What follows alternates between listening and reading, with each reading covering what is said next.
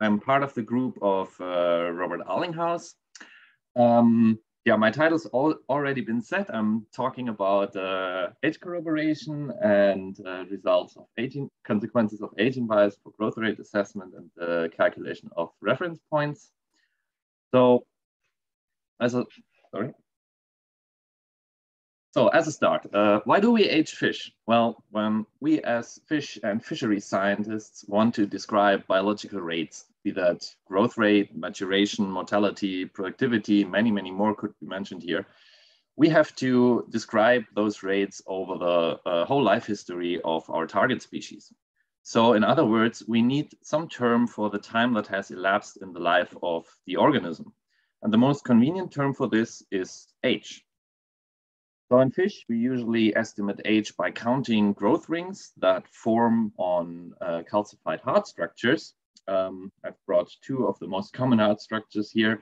On the left side, an ortholite, on the right side, a scale, both from northern pike with asterisks indicating the year rings that, well, I would count on them as age.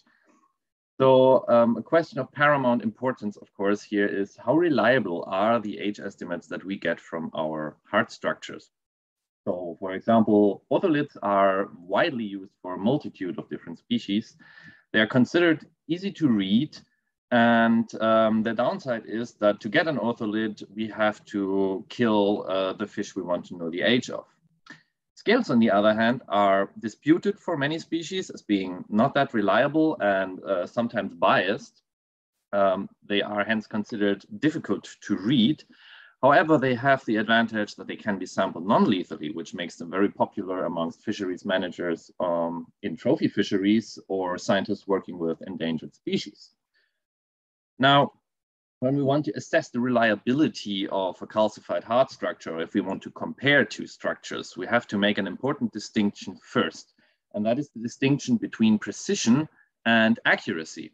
So precision is more of a quality measurement that describes how much variance I have to expect if I give this structure to a set of readers and compare the age readings that I get back. So I can give a structure to 10 readers.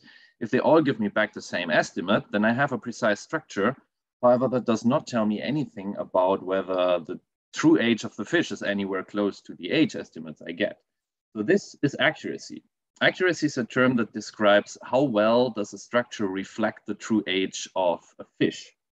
So if you look into the literature, there has been quite some comparisons in calcified structures for pike, also for ortholites and scales.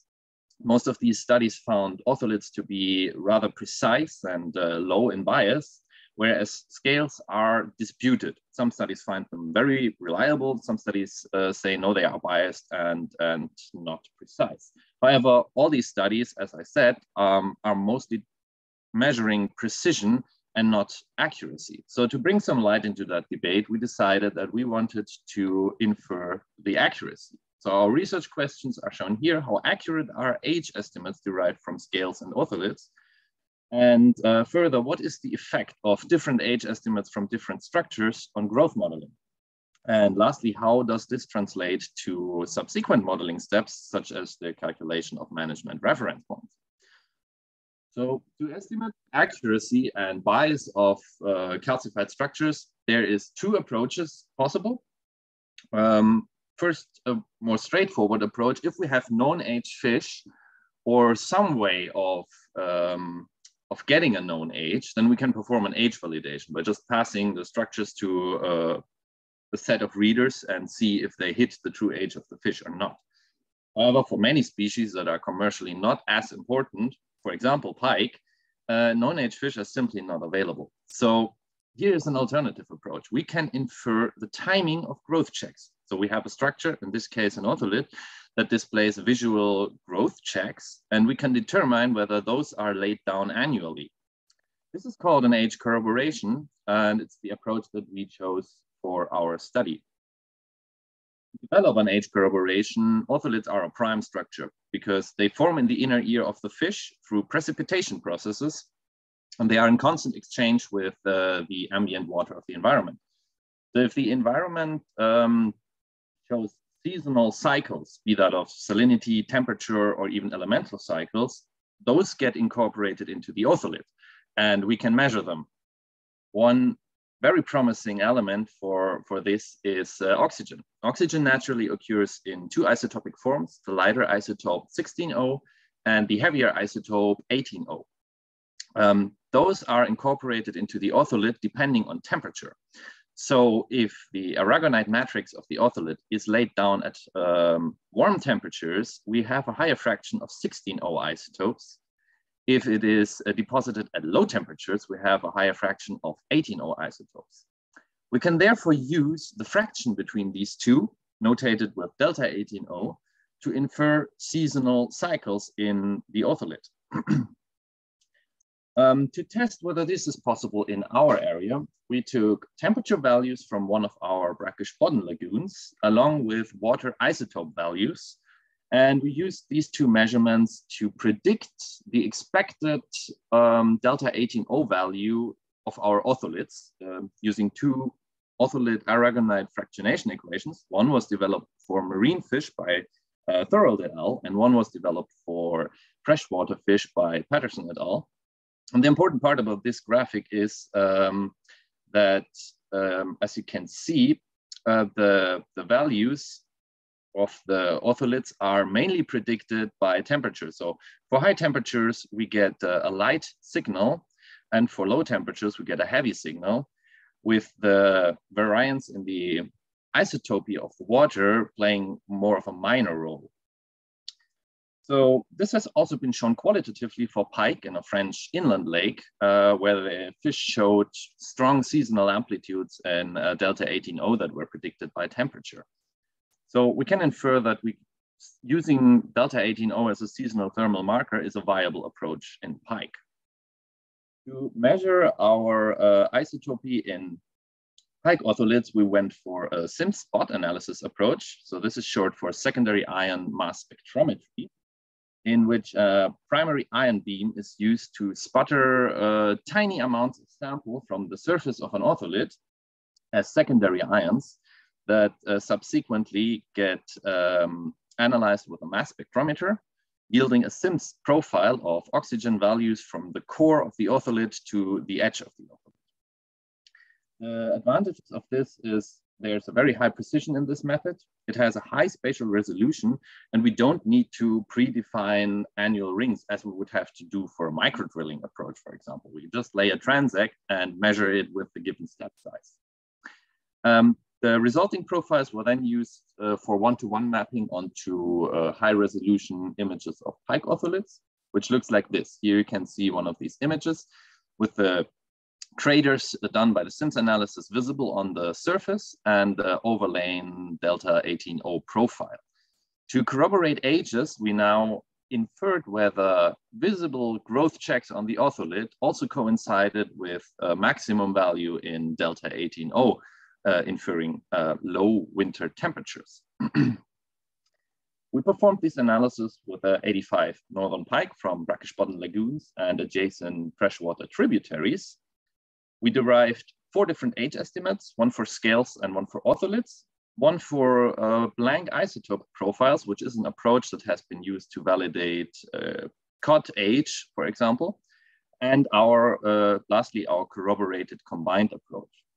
We calculated von Bertalanffy growth models in a Bayesian framework with all these age estimates, which estimates the total length at a given age from the theoretical terminal length L infinity, the growth completion parameter K, and the age at which size is 0, T0.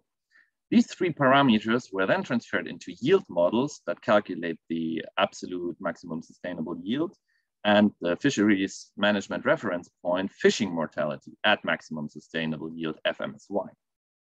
So what did we find?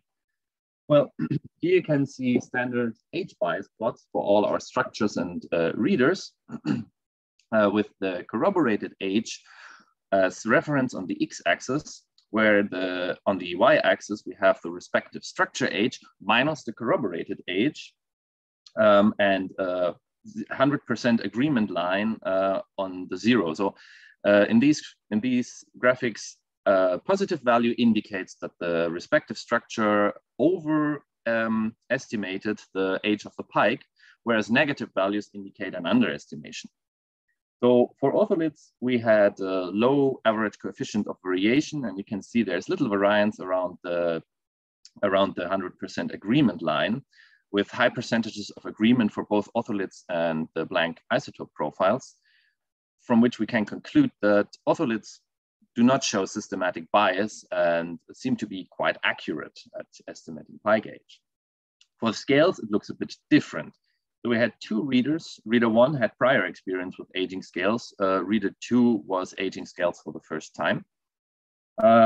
But both show a similar pattern. So reader 1 was a bit more accurate on the earlier years, but after a certain age of around 7, starts to underestimate pike age quite significantly. Reader 2 has a bit more noise in the first few years, but also after year 7, the age estimates start to underestimate.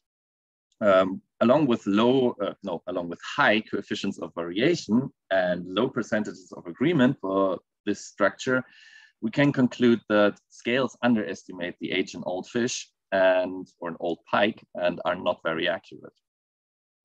So what does this mean for growth modeling?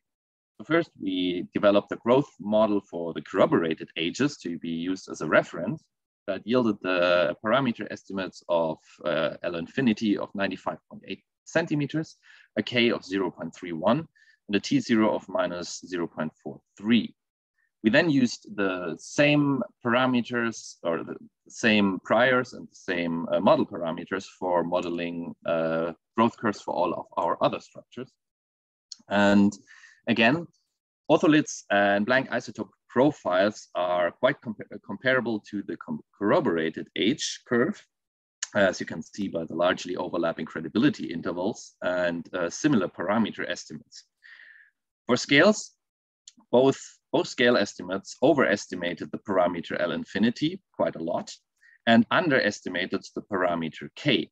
And for reader 1, you can see that there is overlap in the first years, but after year 7, the two growth curves diverge from each other with non-overlapping credibility intervals. For reader 2, we remember there was some noise in the first years, so also there the curves are not overlapping, but the same pattern appears that after a certain age, the scale curve overtakes the corroborated curve, and we have an overestimation of L infinity and an underestimation of K. So translating this into yield models, here you can see a yield model for the corroborated age estimates, but we could have used also ortholite and blank isotope profiles here. There was not much difference. Estimating the absolute maximum sustainable yield at around 800 tons per year, and the fishing mortality at maximum sustainable yield at around 0.19. So here's the same thing for the scale-informed model. As you can see, absolute maximum sustainable yield is underestimated heavily, being around 350 tons per year, and also fishing mortality, FMSY, is underestimated drastically. So the scale-informed model underestimates both total yield and FMSY, which in the long run, when used for management suggestions, could lead to an overly conservative management and yield losses. So to summarize what we have learned, delta 18O chronologies are useful to detect bias in age estimates and to corroborate ages. Ortholite age estimates were found to be accurate and largely unbiased, where scale estimates were biased and not very accurate. And this bias in age estimation has had a marked effect on growth curves and the subsequent calculation of management reference point, which once more underlines the importance of quality control and age validation or reference collections when we age fish for science. So with that, I'm at an end. I want to say thank you to the funding bodies of this work, the EU and the country of Mecklenburg-Vorpommern, along with the German Environmental Agency that is funding my own project. Also thanks to the cooperating scientists that did the SIMS analysis and advised us on ortholite isotopy. And of course, thanks to all the fishermen that provided all the pike for us. And lastly, thank you to you for your time and for listening. I'm open for any questions now.